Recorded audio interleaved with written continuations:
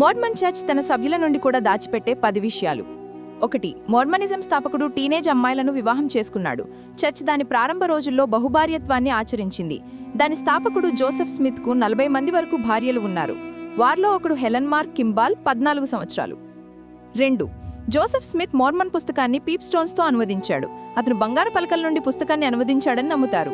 వాస్తవానికి స్మిత్ ఎప్పుడూ పలకలను ఉపయోగించలేదు. అతను మధ్యలో రంధ్రమున్న 2 రాళ్లను ఉపయోగించాడు. స్మిత్ వాటిని టోపీలో ఉంచాడు. ఆపై అతను తన ముఖాన్ని టోపీలో పాతిపెట్టేవాడు. అక్కడ అతను ఏం చూస్తాడో దానిని నిర్దేశించాడు. 3. మోర్మన్ పుస్తకం అపఖ్యాతి పాలైంది. ఈ పుస్తకం స్థానిక అమెరికన్ల మూలాలను వివరిస్తుంది. వారి పూర్వీకులు యూదులని చెప్పుకుంటారు. ఆ కుటుంబం 600 BCలో కొత్త ప్రపంచానికి వచ్చిందని ఆరోపించారు. DNA పరీక్ష ఆ వాదనను తప్పుగా నిరూపించింది. 4. జోసెఫ్ స్మిత్ మరణం గురించి చర్చ్ అబద్ధం చెబుతోంది. స్మిత్ నాయకత్వంతో మోర్మన్లు సంతృప్తి చెందలేదు. అసమ్మతివాదులు అతన్ని విమర్శించారు. ఒక వార్తాపత్రిక స్మిత్ ప్రెస్ను నాశనం చేశాడు. ఇది అతని విమర్శకుల్లో చాలా మందికి ఆగ్రహం తెప్పించింది.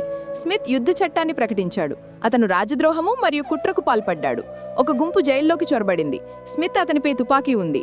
అతను కాల్చి చంపబడటానికి ముందు 2 సార్లు కాల్చాడు. 5. కిండర్ హుక్ ప్లేట్లు ఒక నకిలీ. కిండర్ హుక్ ప్లేట్లు 6 ఇత్తడి ప్లేట్లు.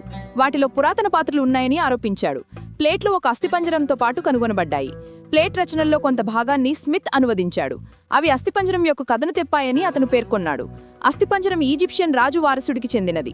అతను స్వర్గం మరియు భూమి పాలకుడి నుండి తన రాజ్యాన్ని పొందాడు. ప్లేట్లు అస్సలు పురాతనమైనవి కాదని విశ్లేషణ నిరూపించింది. 6. మొదటి దర్శనం గురించి బహుళ కథలు ఉన్నాయి. మొదటి దర్శనం దేవుని రూపాన్ని సూచిస్తుంది. అతను 1820 వసంతకాలంలో జోసెఫ్ స్మిత్కు కనిపించాడు. కానీ అది వాస్తవానికి 1842 వరకు చర్చిలో బోధించబడలేదు. రికార్డులు కథ యొక్క 9 వర్షన్లను చూపుతాయి. వర్షన్లు దర్శనం కోసం వేర్వేరు ప్రదేశాలను పేర్కొంటున్నాయి. స్మిత్ అందుకున్న సూచనలు అస్థిరంగా ఉన్నాయి. 7. చర్చ్ నాయకులు మోసపోయారు. మార్క్ హాఫ్మెన్ వారికి నకిలీ పత్రాలను విక్రయించాడు. పత్రాలలో బంగారు పలకల ట్రాన్స్క్రిప్ట్ కూడా ఉంది. హాఫ్మెన్ తాను అసలు పత్రాలను కనుగొన్నానని పేర్కొన్నాడు. చర్చ్ అతనికి పత్రాల కోసం $1000 చెల్లించింది. హాఫ్మెన్ తర్వాత హత్యకు పాల్పడ్డాడు. అప్పుడే నాయకులు నకిలీ గురించి తెలుసుకున్నారు. 8. అబ్రహాం పుస్తకం తప్పు అని నిరూపించబడింది. 1835లో జోసెఫ్ స్మిత్ పపైరస్ స్క్రోల్ను కొనుగోలు చేశాడు. అందులో అబ్రహాం రచనలు ఉన్నాయని అతను పేర్కొన్నాడు. తర్వాత ఈజిప్ట్ శాస్త్రవేత్తలు స్క్రోల్ను అనువదించారు. స్క్రోల్ కేవలం ఒక సాధారణ ఈజిప్షియన్ అంత్యక్రియా గ్రంథం మాత్రమే. 9. గత ప్రవక్తలు తప్పుడు సిద్ధాంతాలను బోధించారు. చంద్రునిపై నివసించే మనుషులు ఉన్నారని జోసెఫ్ స్మిత్ చెప్పాడు. వారు 6 అడుగులు ఎత్తు మరియు 1000 సంవత్సరాలు జీవిస్తారు. బ్రిగమ్ యంగ్ సూర్యునిపై నివసించే ప్రజల గురించి బోధించాడు. నల్లజాతులు కయీన్ వారసులని బ్రిగమ్ యంగ్ చెప్పాడు. వారి చర్మ రంగును దేవుడి శాపం అని అతను చెప్పాడు.